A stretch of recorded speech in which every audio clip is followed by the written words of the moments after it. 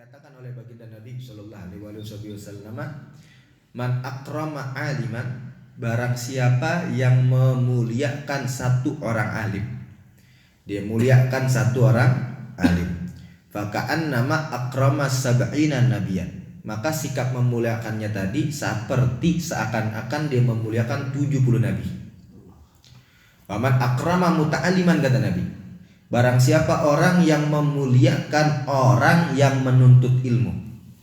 Makanya Habib Ali bin Muhammad bin Husain al-Habsyi itu kalau ngelihat talib menuntut ilmu lewat depan rumahnya bawa kitab, bawa siwak, bawa pulpen, bawa notes, Habib Ali seakan-akan saya ingin mencium kedua matanya, kata Habib Ali. Saking Habib Ali itu memuliakan terhadap penuntut ilmu. Nah, barang siapa yang memuliakan satu orang daripada penuntut ilmu, faka'annama akrama sab'ina syahidan, maka seakan-akan dia memuliakan 70 orang yang mati syahid. Nah, bahkan dikatakan oleh baginda Nabi, man khalfa alim faka'annama shalla khalfa nabi. Siapa orang yang menjadi makmum dan imamnya orang alim, dia sholat di belakang orang yang alim, satu orang alim. Wa man shalla khalfa, seakan-akan dia sholat di belakang seorang nabi. Wa man shalla khalfa nabi faqad ghufira lahu, dan barang siapa yang sholat di belakang seorang nabi pasti dijamin dapat ampunan dosa dari Allah Subhanahu wa taala. Bahkan dikatakan oleh baginda Nabi sallallahu alaihi wasallam, man 'azzamal alim, barang siapa orang yang mengagungkan satu orang alim, faka'annama yu'azzimullah taala, maka sesungguhnya dia mengagungkan Allah taala melalui sikapnya dia mengagungkan orang alim. Wa man tahawwana bil alim, barang siapa yang merendahkan, meremehkan, menghinakan satu orang alim, fa innama dzalik istighfafun billah ta'ala bi rasulih. Sungguhnya sikap meremehkannya tadi adalah sikap yang merendahkan, meremehkan terhadap Allah dan baginda Rasul sallallahu alaihi wa alihi wasallam. Namun yang perlu digarisbawahi, ana jami'a ma dzukira min fadilatil ilm wal ulama innama huwa fi haqqil ulama ila amilin. Dari tadi yang kita sebutkan itu kemuliaan orang yang alim, kemuliaan orang-orang yang menuntut ilmu, ini hanya dimiliki oleh orang-orang ulama al-amilin, ulama-ulama yang mengamalkan ilmunya, orang alim yang mengamalkan ilmunya.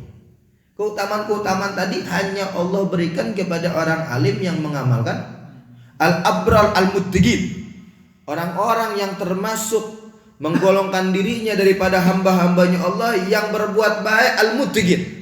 Gak cuma berbuat baik, tapi mereka berusaha untuk masuk ke golongan orang-orang yang bertakwa, alladzina qasadu bihi wajhillahil karim, yang mereka bertujuan mengajarnya, belajarnya semata-mata untuk mencapai ridha Allah Subhanahu wa taala, wa zulfa ladaihi fi jannatin na'im, dan untuk mendapatkan surga an-na'im kepada dirinya. La man talabahu bisu'iniyah, bukan untuk orang-orang yang mengajarnya, belajarnya bisu'iniyah, dengan buruknya niat. Bagaimana buruknya niat? Dia masuk majelis ilmu, nggak dia berniat kalau saya dapat ilmu saya mau sebarin, itu orang udah termasuk su'un niyah. Nah, kalau aneh dapat ilmu, nanti di majelis ilmu aneh bakal niat mengamalkan. Kalau dia nggak niat mengamalkan, bisu'in niyah.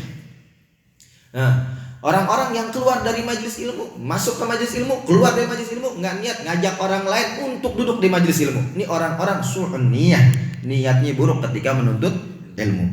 Au khubsi tawiyah, niatnya bagus tapi batinnya jelek ketika duduk di majelis ilmu.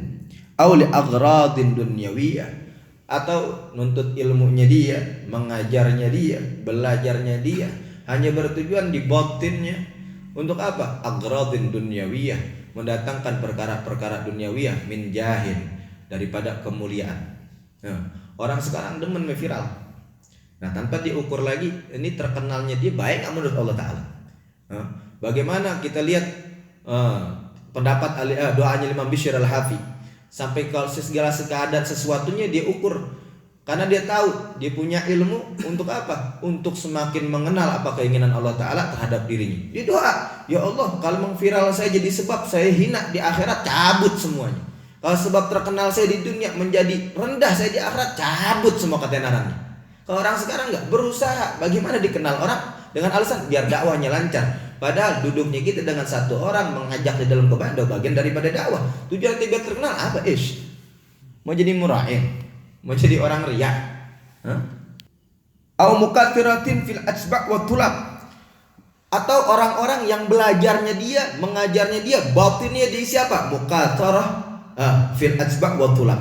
Agar nanti kalau aneh buka majelis, kalau aneh ngajar, banyak orang yang menerima aneh, banyak orang yang bakal jadi pengikut aneh, banyak orang yang bakal jadi santri aneh, bakal banyak orang yang belajar sama aneh. Hada bisu'in niyah. Maka nuntut ilmunya dia, mengajarnya dia, belajarnya dia diiringi dengan niat yang buruk. Dia dapat ilmu tapi nggak dapat fadilah kemuliaan ilmu. Sampai dikatakan oleh baginda Nabi Shallallahu Alaihi Wasallam, man talabal ilm liyumariya bihi sufha. Siapa orang yang nuntut ilmu tujuannya apa? Liyumariya bihi sufha. Untuk apa sih? Biar kelihatan hebat di hadapan orang-orang yang nggak punya ilmu. Biar dia bisa ngedoktrin, dia bisa ngasih pemahaman. Au mukaththira bihil ulama, atau nanti dia bisa mendebat orang-orang yang alim juga. Au yasrifa bihi wujuhan nasi ilaih, atau tujuannya dia menuntut ilmu tadi agar orang banyak memperhatikan dirinya. Adkhalahullahu nar, maka Allah pasti akan memasukkan dia ke dalam nerakanya Allah Subhanahu wa taala. Bahkan kata baginda Nabi sallallahu alaihi wasallam, man ta'allama ilman li ghairillah.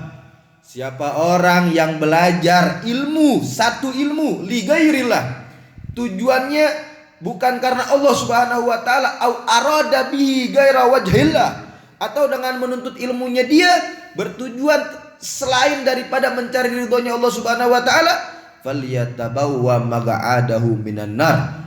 Kata Nabi, maka dia mempersiapkan tempat-tempatnya di dalam nerakanya Allah Subhanahu wa taala.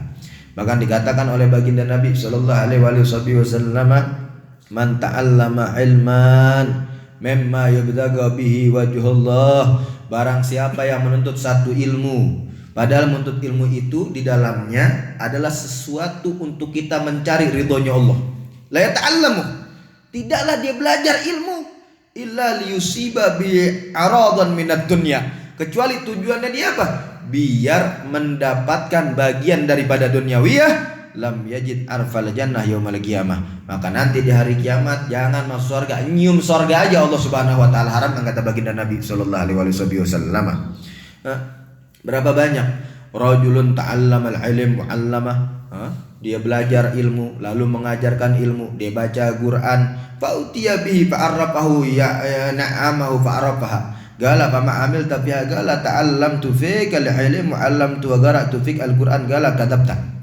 Di hari kiamat dia ditanya, apakah kau baca Al-Quran? Naam, saya baca Al-Quran. Apakah kau mengajar? Naam, saya mengajar. Apakah kau belajar? Naam, saya belajar. Lalu suara datang kepada ini orang, kadabta, engkau semua berdusta. Yalah, kamu belajar agar disebut sebagai orang alim, kamu baca Al-Quran kemana-mana agar disebut qari.